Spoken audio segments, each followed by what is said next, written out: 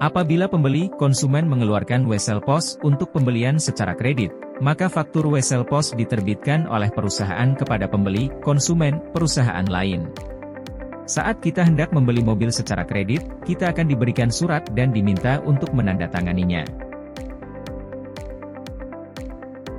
Berdasarkan sudut pandang pembeli, surat tersebut adalah wesel bayar. Sedangkan berdasarkan sudut pandang pihak pembiayaan atau bank pemberi kredit, surat tersebut dinamakan wesel tagih.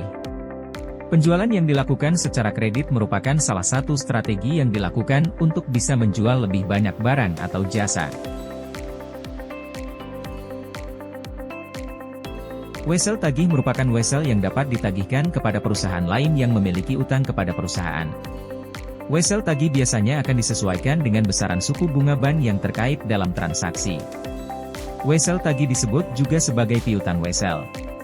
Piutang wesel juga bisa disebut sebagai wesel tagih, promise, dan promissionary notes atau notes receivable.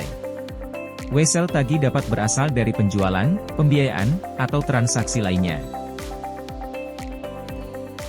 Berdasarkan pembebanan bunga, wesel tagih dibagi menjadi dua macam, yaitu wesel tagih berbunga dan wesel tagih tanpa bunga.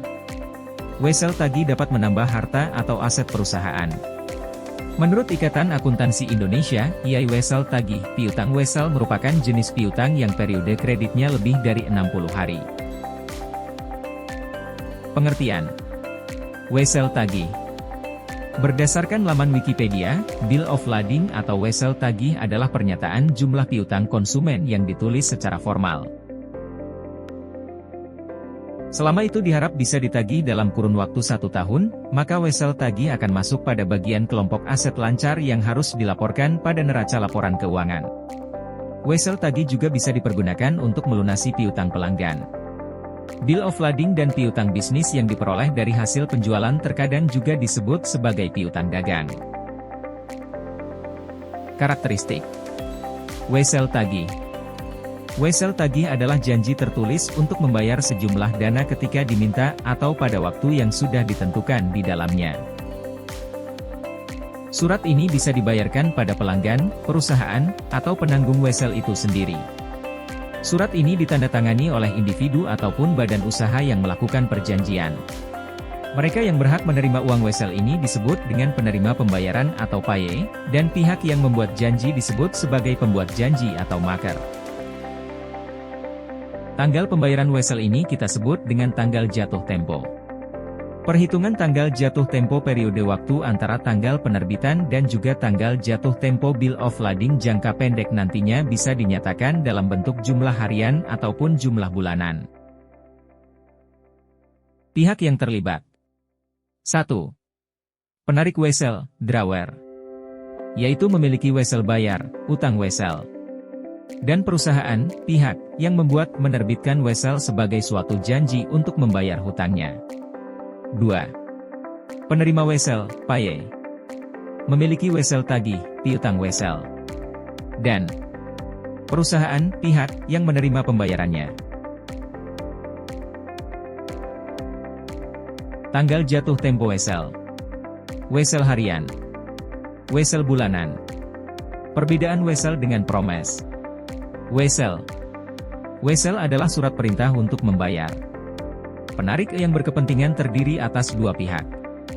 Yang membuat adalah pihak yang punya piutang. Memerlukan akseptasi. Promes.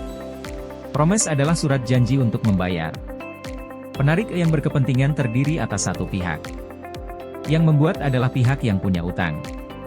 Tidak memerlukan akseptasi. Pendiskontoan wesel. Kebutuhan kas segera dapat dipenuhi pula dengan meminjam uang ke bank atau lembaga lain dengan jaminan, mendiskontokan, wesel tagih, janji tertulis yang tidak bersyarat dari satu pihak kepada pihak lain untuk membayar sejumlah uang di masa mendatang.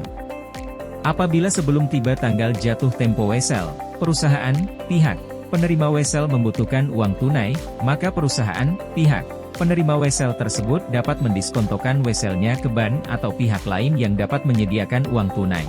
Mendiskontokan wesel merupakan menjual wesel ke bank atau pihak lain sebelum tiba jangka waktu, tanggal jatuh tempo wesel untuk mendapatkan uang tunai. Mendiskontokan wesel. 1. 1. Piutang wesel dapat dijual sebelum tanggal jatuh tempo yang disebut pendiskontoan wesel. 2. Pemegang wesel yang mendiskontokan weselnya akan menerima pembayaran yang jumlahnya relatif kecil daripada nilai wesel tersebut pada saat jatuh tempo. Hal ini karena bagian pendapatan bunga yang tidak jadi diterima merupakan harga yang harus dibayar untuk penerimaan kas yang lebih cepat.